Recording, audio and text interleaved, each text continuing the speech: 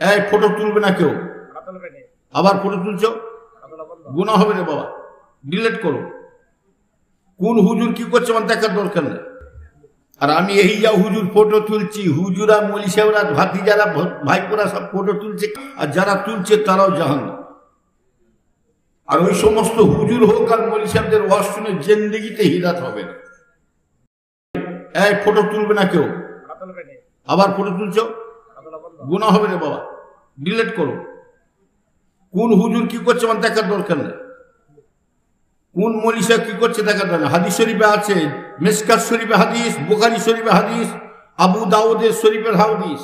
এই তিনটা হাদিস ঘাটবেন, মুক্তি ধরে জেনে নেবেন। যারা ফটো তোলে তারাও জাহান্নামী, আর যারা তুলছে তারাও জাহান্নামী। আর ওই সমস্ত হুজুর হোক আর মলি সাহেবদের ওয়াজ শুনে জিন্দেগিতে হিদায়াত হবে না, আরো মানুষ গুমরাহ পথে। হ্যাঁ, ও যারা ফটো তুলবে না রাখবে তারাও আলাদা ফতোয়া নাকি? কি বুকা বুদ্ধি না বলছি, না যায় বলছি,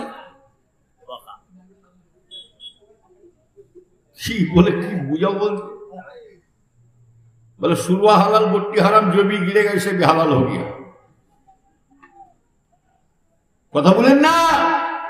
এখন তো হুজুরা সব মৌলী সাহেবরা সব ধরেছে, আমার নাম হবে, অ্যাড হবে, অ্যাডের তোর মাথায় ঝাঁটার মার। আমার বাপে আমার আব্বাজান ছোট হুজুরকে ওরা বলতেন, বাবা চীনা বাউনে পইতে লাগে না, যে গুড় হবে। তাহলে দাদা হুজুরের প্রচারটা হলো কেমন করে বলুন?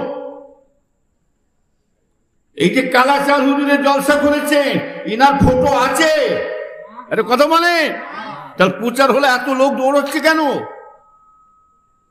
বলুন? বড় পিসা হুজুরের দৌড়লো কেন? তাহলে ফটো তুলেছে।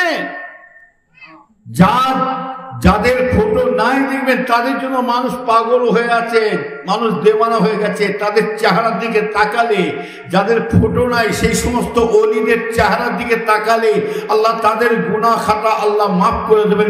সুবহানাল্লাহ। কোন গুনাহ মাফ করবে? গুনাহ সগীরা মানে ছোট্ট, কবিরা মানে বড়। তাদের মুখের দিকে তাকালে, তাদের চেহারার দিকে তাকালে ছোট্ট ছোট্ট গুনাহকে আল্লাহ মাফ করে দেবে। আমার নবী পাকের ফটো ছিল, নাউজুবিল্লাহ। হ্যাঁ, আল্লাহ রাসূলের ফটো থাকা তো দূরের কথা। ও নবীর উম্মতিরা, আমার নবীকে আল্লাহ এত সোনার নবী আল্লাহ করেছে, এত আল্লাহ পাক আমার নবীকে মহাপতি নবী করে পাঠিয়েছেন। আল্লাহ পাক আমার নবীকে আল্লাহ এত সম্মানী নবী করে পাঠিয়েছেন। ও নবীর উম্মতিরা, আমার রাসূলের সব ফটো তো দূরের কথা, আল্লাহ রাসূলকে যদি কেউ একবার স্বপ্নের মাধ্যমে যদি কেউ দিদার পেয়ে যায়, সাক্ষাৎ পেয়ে যায়, দরুদের ওসিলায় দেখতে পেয়ে যায়, ও নবীর উম্মতিরা, আজকের দিনে বসে আছে এই মাহফিলে ওসিলা করে যদি আল্লাহ পাক জিয়ারত নসিব করে দেয়, আল্লাহ রাসূল নবী বলেন, যে ব্যক্তি আমি রাসূলুল্লাহকে যে কোনো প্রকারে, আমি রাসূলুল্লাহকে একটা বার দিদার পেয়ে যাবে, আল্লাহ পাক তার গুনাহ মাফ তো দূরের কথা, আল্লাহ জাহান্নাম তার জন্য হারাম করে দেবে। যদি বলা যাবে না, আমার রাসূলের মর্যাদা আছে না নাই? তাহলে